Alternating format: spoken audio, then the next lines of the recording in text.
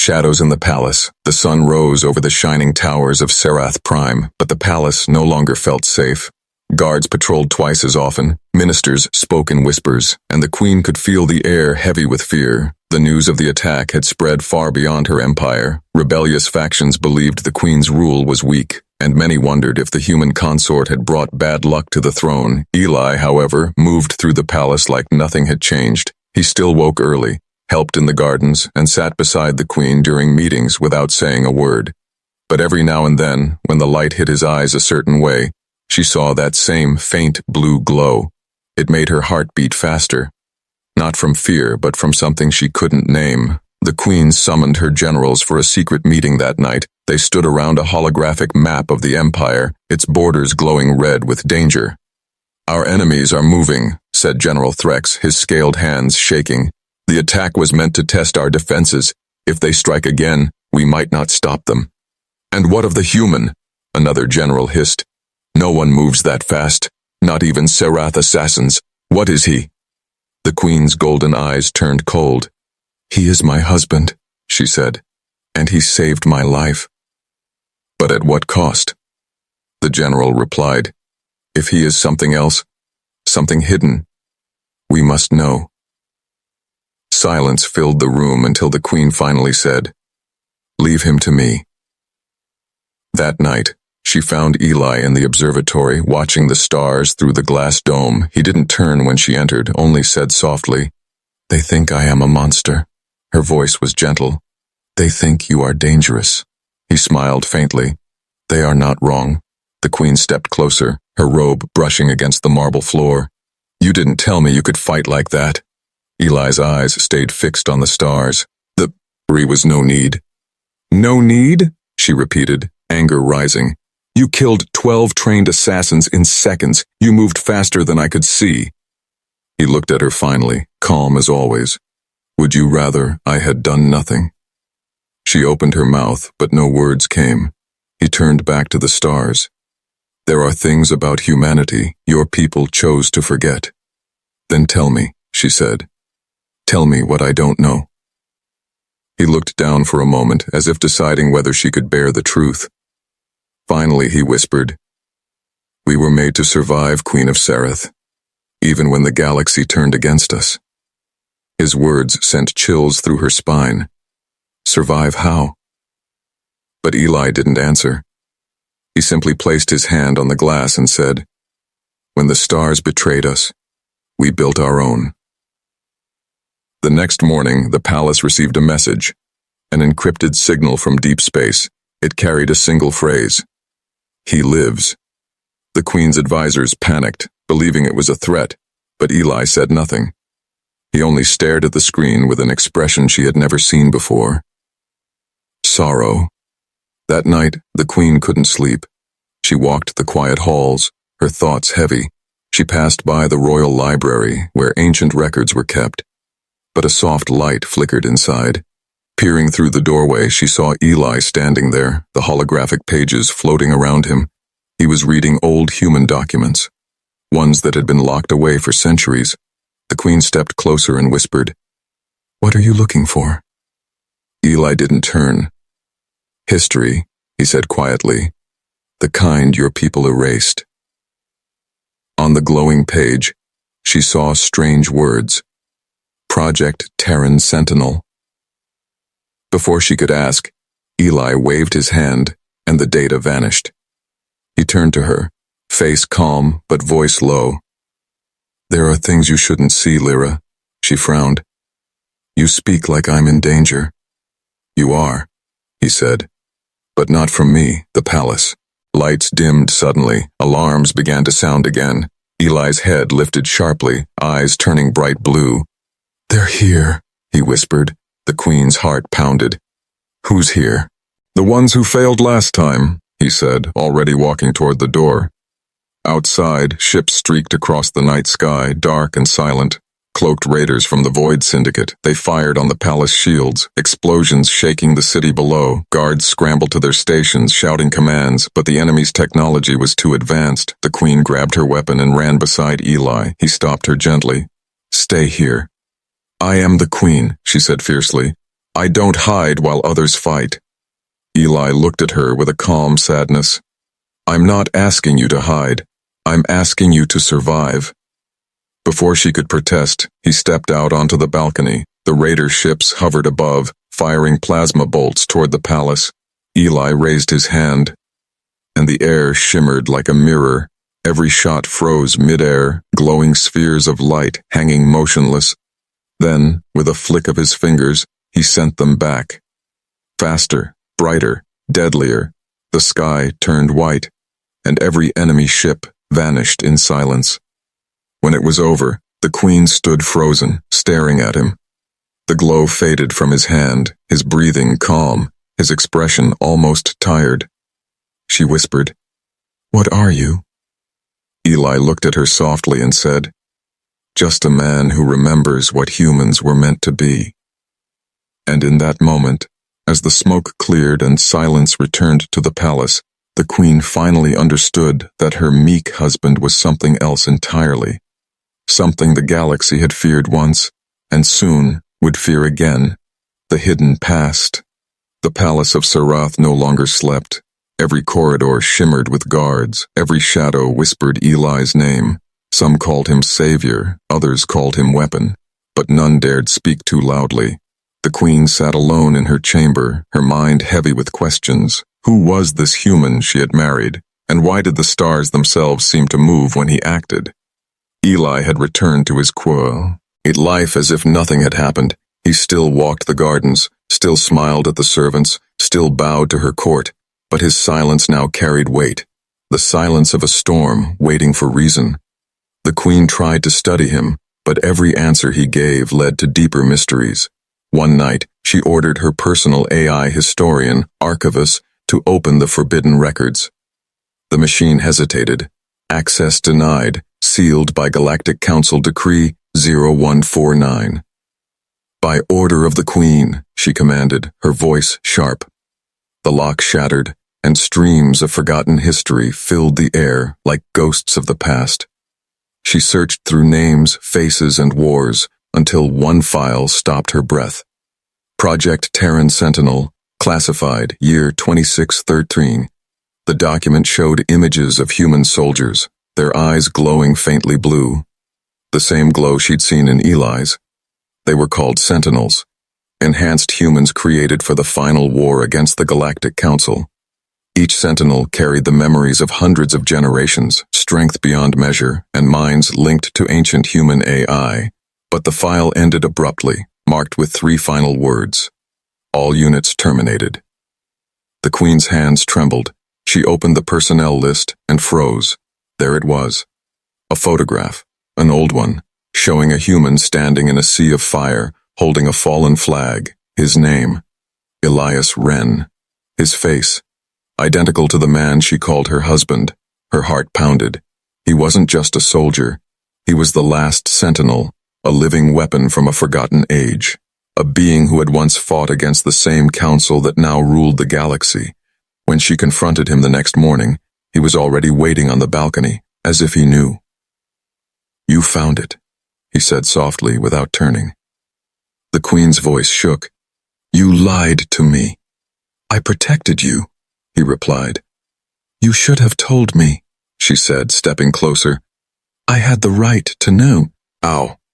He finally turned, his eyes calm, his tone steady. "And what would you have done? Locked me away? Sold my secret to the council?" She wanted to deny it, but she couldn't. Instead, she whispered, "Why are you here, Eli? Why marry me?" He sighed. "Because I was tired of war." His words were simple, but his voice carried the weight of galaxies. "I thought if I could live quietly, maybe I could forget what I was," he said. "But peace doesn't last, not when the council still fears us." The Queen looked into his eyes and felt something she had never felt before. Not fear, but sorrow. The sorrow of a man who had seen too much death and chose silence instead of pride. A message arrived suddenly, interrupting their moment. The hologram flickered with the emblem of the Galactic Council. 12 rings circling a black sun. A voice spoke, cold and sharp. "Queen Lyra of Sarath, You harbor a war criminal. Release the human immediately, or face extinction. The Queen's ministers begged her to obey. Your Majesty, we cannot fight the council, they cried. One human isn't worth our world. But she stood still, her voice cold as steel. He saved me when none of you could. That night, the Queen went to Eli's chamber. He sat quietly, disassembling an old metallic device, small and strange. What are you building? She asked. An exit, he said simply. If they come, I'll leave before they reach the palace. She frowned. And leave me to face them alone? He looked up, his eyes faintly glowing. You don't understand. They won't stop with me. They'll destroy everything just to erase my name. She stepped closer. Then let them come, she whispered. I'm not letting them take you. For the first time, Eli smiled. Not his quiet, patient smile, but something real, something human. You would defy the galaxy for me? I already have, she said. But the truth was, fear had already spread through the stars. Every empire, every colony, every world that remembered humanity's wrath now trembled. The council had awake, in something they thought extinct, and far away, deep in forgotten systems, ancient machines began to stir. Buried human warships flickered to life after centuries of silence, their AI whispering one phrase through the dark void. Sentinel located. The Queen looked at the stars that night and realized the truth. Her meek husband wasn't a man who had forgotten war. He was the reason the galaxy feared peace, the Empire's secret war. The message from the Galactic Council spread through every system like wildfire. Sarath harbors a Terran weapon, the broadcasts said. Compliance or eradication. The Queen's Council panicked. Planets began to riot, and the neighboring empires prepared their fleets. But through all the noise, Eli remained calm, sitting by the palace window, his eyes reflecting the endless stars. The Queen stood beside him, torn between love and duty. You could run, she whispered. You could disappear again, before they come. He shook his head slowly. Running doesn't change what I am. They will always come. But why now? She asked. You were hidden for centuries. Why appear before me? He smiled faintly.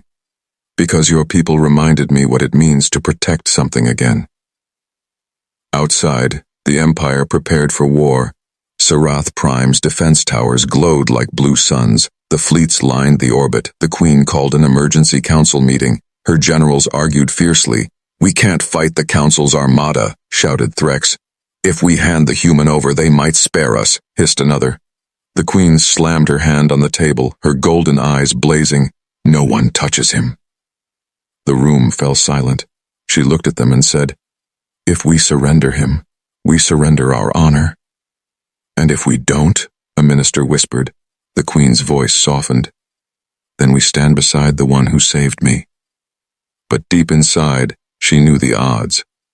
The Galactic Council, as fleets numbered in the millions, Sarath's strength, though mighty, was a candle against a storm. Later that night, she found Eli in the royal armory. He stood before a sealed chamber she had never seen before. The door recognized his presence and hissed open with a sound older than her civilization. Inside, rows of ancient human relics lay in silence. Black armor, silver weapons, machines of forgotten design. Eli stepped forward and placed his hand on a small metallic sphere. It lit up, humming softly, and projected a human AI, its voice warm yet mechanical. Designation, Sentinel-0 detected, awakening dormant network. The Queen's heart pounded. What is this place? Eli's eyes glowed faintly.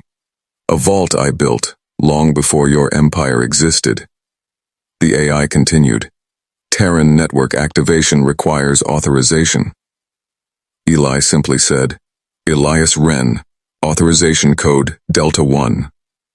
The machines around them came alive, power thrumming through the walls. The Queen stepped back in awe as a holographic map of the galaxy filled the room. Red lights marked every hidden Terran outpost, and one by one, they began to blink green. "You're waking them up," she whispered. Eli nodded slowly. "I tried to live quietly, Lyra. I really did," he said softly.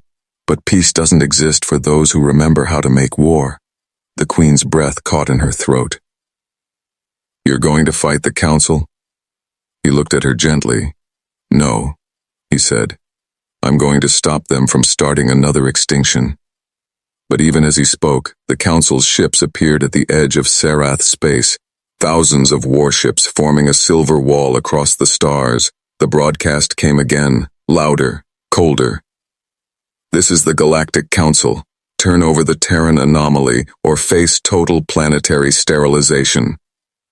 The Queen's advisors begged her to surrender. She turned to Eli, her voice trembling.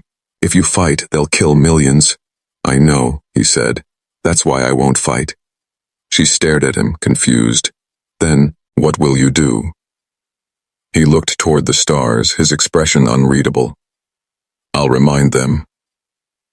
As the Council's fleet began to descend, Eli stepped out onto the balcony, overlooking the capital. The people below screamed in fear. The sky burned red with the glow of enemy ships. He placed his hand on the railing, and every light in the city flickered.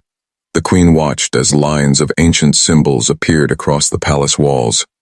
Human code woven into alien architecture. The ground trembled, and far beneath Serath Prime, something massive began to awaken. From the planet's core, a low hum filled the air, growing louder until it became a roar. Then, breaking through the clouds, a shape emerged. Enormous, metallic, ancient, a human dreadnought. Its hull, covered in the dust of centuries, rose into the sky, engines ignited, brighter than suns, casting shadows across the city. The Queen's eyes widened. "That was under us?" Eli nodded quietly. "Buried long ago, hidden so the Council would forget." He whispered something in an old Terran tongue, and the ship's cannons charged silently. The message from the Council crackled again. "You cannot win this, human." Eli smiled faintly. "I don't need to win," he said. "I just need them to remember what losing feels like." As he spoke, more ships began rising. Hundreds, then thousands.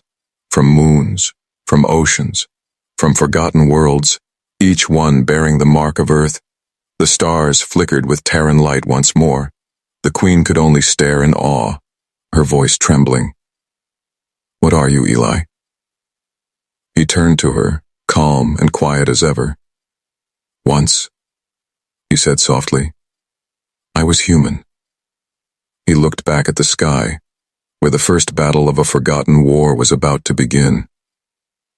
"Now," he whispered, "I am what humanity left behind." And as the galaxy prepared to burn once more, the meek human the Queen had married stood between extinction and survival, not as a man, but as the last memory of a species that refused to kneel.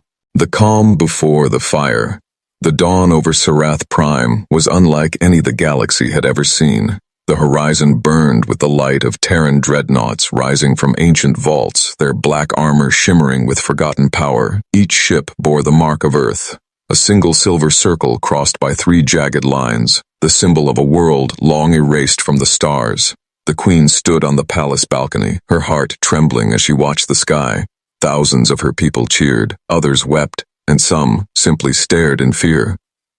It was the first time anyone in her empire had seen human warships, and they were nothing like the fragile vessels of alien design. They were alive, pulsing with light, bound by code and memory older than her crown. Eli stood beside her, dressed not in royal robes, but in a simple black suit that seemed to hum softly with energy. "You awakened them all," she whispered. "Every ship, every weapon, all yours." He didn't look at her, only at the stars. "They were never mine," he said. "They belonged to humanity, to a dream that died long ago." The Queen turned to him, her voice soft. "And you?"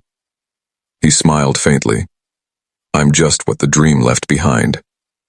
In the palace war room, alarms echoed.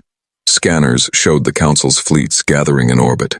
endless rows of battleships, carriers, and dreadnoughts stretching beyond sight, each one carrying weapons designed to end worlds. The generals of Serath trembled. "We cannot survive this," they said. "Even the human fleet is outnumbered 100 to 1. The Queen looked to Eli, but he only said quietly, "It's not about numbers." He walked to the center of the room, placed his hand on the holographic map, and thousands of red enemy markers blinked into blue. The Queen gasped. "What did you do?" Eli's eyes glowed faintly.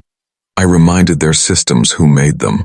Outside, dozens of council ships broke formation, their weapons powering down. Their captains shouted over comms, demanding control, but their AIs answered in a human voice. Terran override confirmed. The Queen's generals stared in disbelief. "He's controlling them," one whispered. Eli shook his head. "No, I just freed them from lies." That night, the Queen found him in the gardens again. Sitting beneath the glowing earth flowers, the air smelled of metal and smoke, the calm before a storm that could swallow galaxies. She sat beside him silently for a long moment before speaking.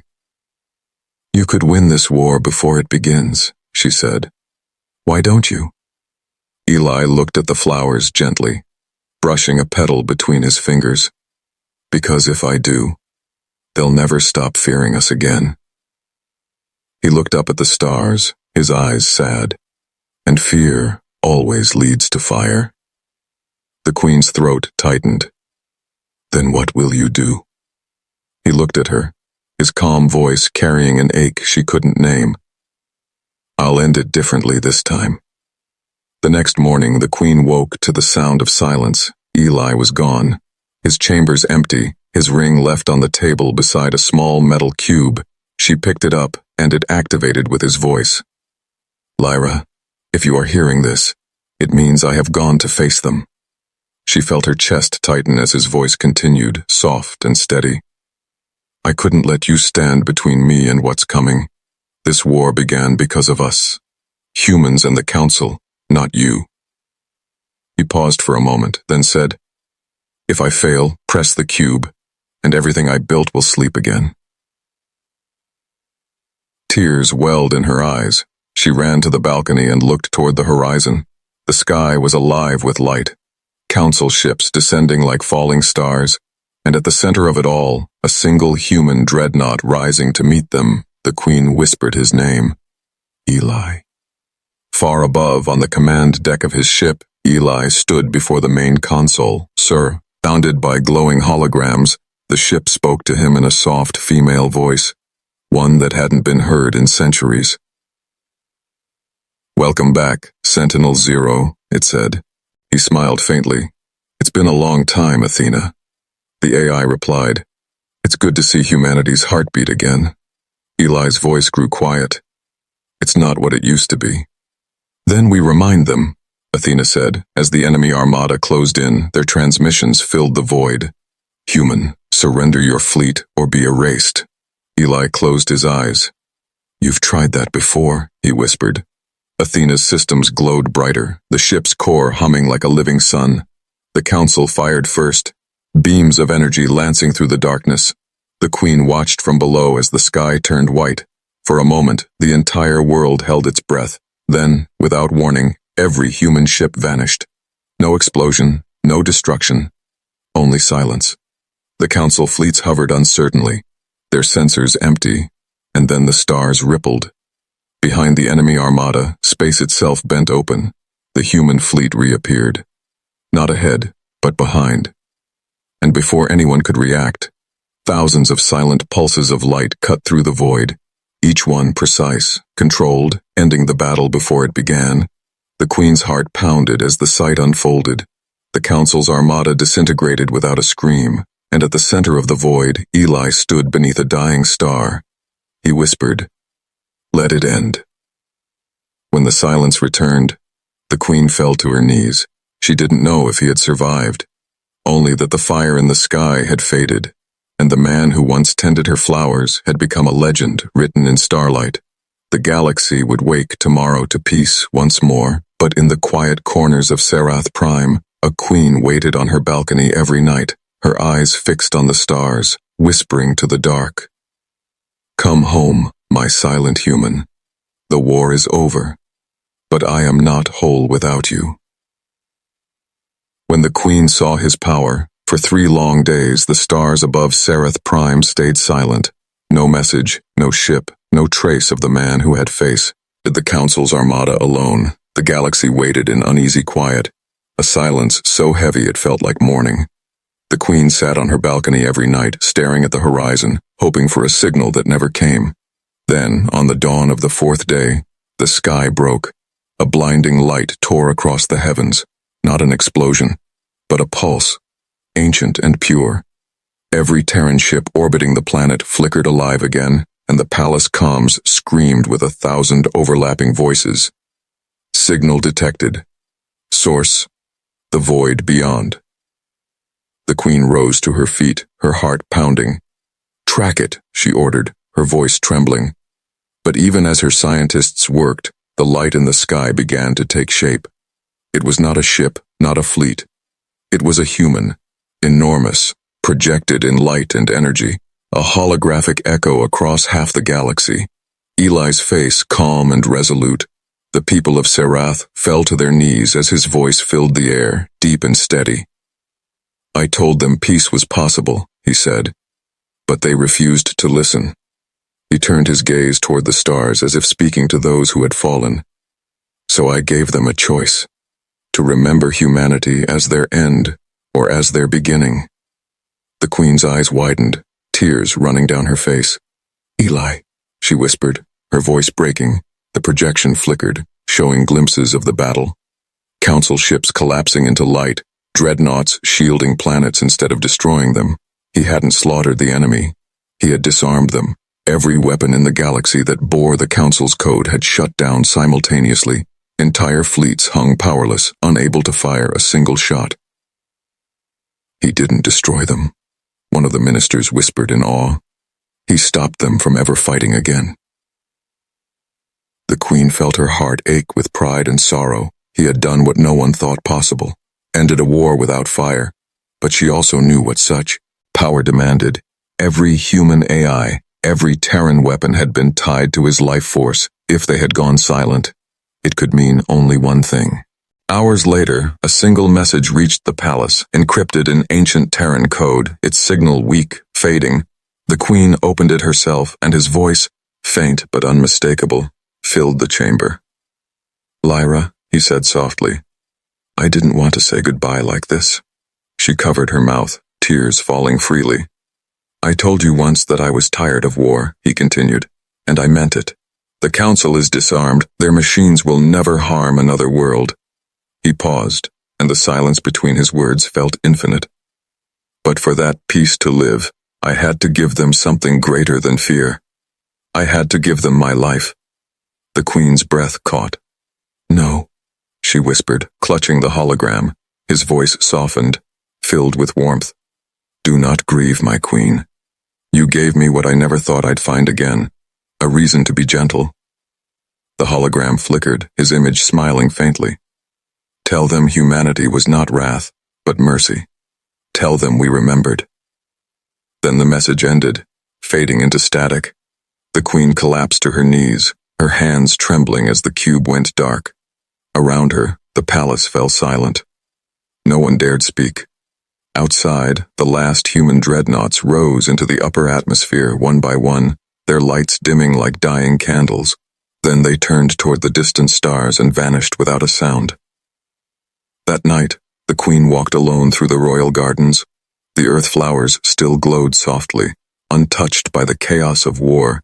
She knelt before them, touching their petals gently. They grew on a world that tried to kill them every day, she whispered, remembering his words, and yet they survived. She lifted her gaze to the sky where a faint blue glow shimmered among the stars. It pulsed once, like a heartbeat, then faded into the dark. The Queen smiled through her tears. You're still watching, aren't you? She whispered. Still tending the stars, mate. Be silent, human. Months passed. Peace returned to the galaxy. The Council dissolved. Worlds once divided by fear now sought unity, and at the heart of it all stood the Empire of Serath. guarded not by armies, but by a memory, a legend whispered across every world, the meek human who stood against the galaxy, not to conquer, but to forgive. On the anniversary of the war's end, the Queen unveiled a monument, a statue of a man standing beside her, one hand outstretched toward the stars. At its base, words carved in every known language read, "He was never meek. He was mercy itself, wearing human skin." And as the twin suns set behind the silver towers, the Queen looked up at the sky one last time. The faint blue star flickered again, and she smiled, whispering softly, "Rest well, Eli. The galaxy finally remembers." The legend of the meek man. Years passed, and the galaxy changed. The weapons of war lay cold, forgotten in their silos. The great fleets of destruction, now silent museums orbiting peaceful worlds, trade routes reopened, lost colonies rejoined the map, and once feared empires began to speak to one another with cautious hope.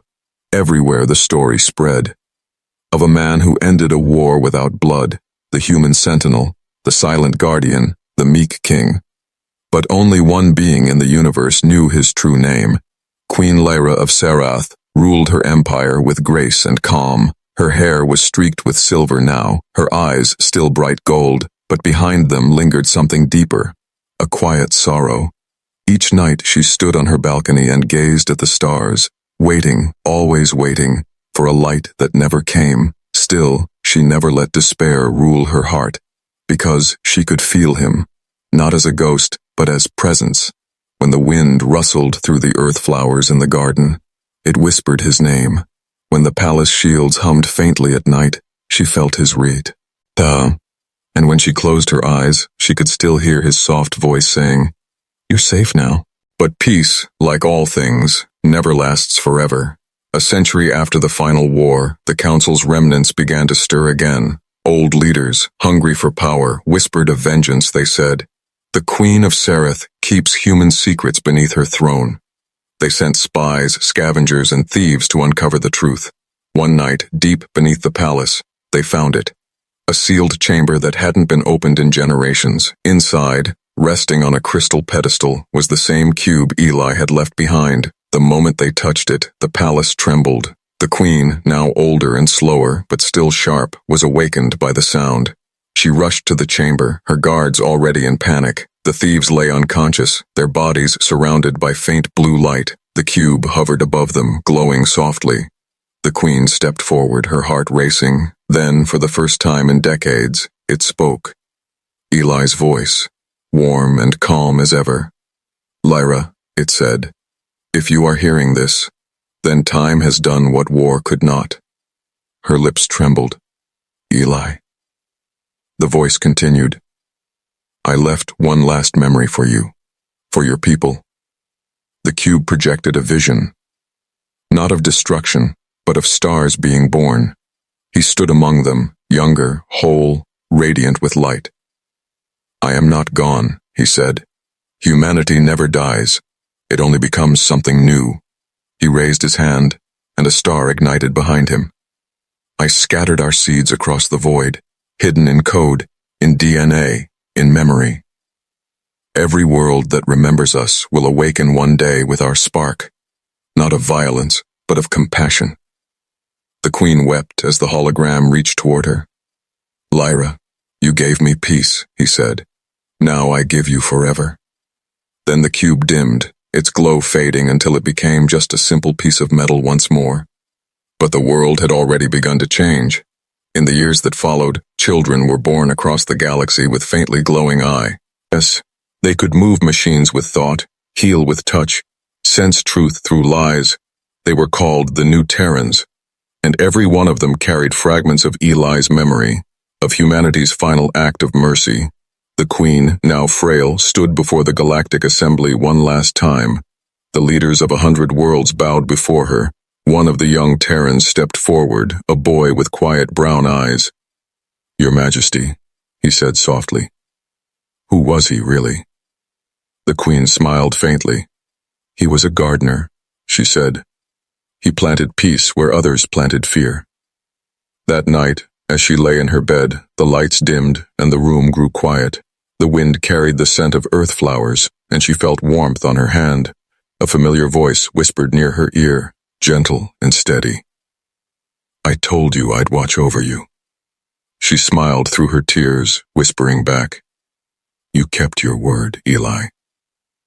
Outside, the stars shimmered in patterns unseen before. The Terran constellation reappeared. 12 stars in a perfect circle, glowing blue. Across every world, those who looked up felt something stir inside. A memory of kindness, courage, and endless resolve. And so the legend spread from one generation to the next of the human who was mocked as meek, but revealed to be the galaxy's greatest protector, a man who used his strength not for conquest but for peace, a being who vanished into the void so others could learn to live. The historians called him the Last Sentinel. The poets called him the Starbound King. But the Queen, in her final breath, called him only by the name that mattered. "My human," she whispered, smiling softly as the stars above glowed blue one last time, and somewhere, beyond the edge of known space, a gentle voice answered, "Sleep, my queen. Humanity endures." And thus, the story of the meek man became the foundation of a new galaxy, not one ruled by power or fear, but by the quiet strength of those who remember mercy, for in every heartbeat of every world, in every dawn that touched the stars, echoed the name of the man who had changed the universe without raising his hand, Eli, the human who taught the galaxy how to be kind.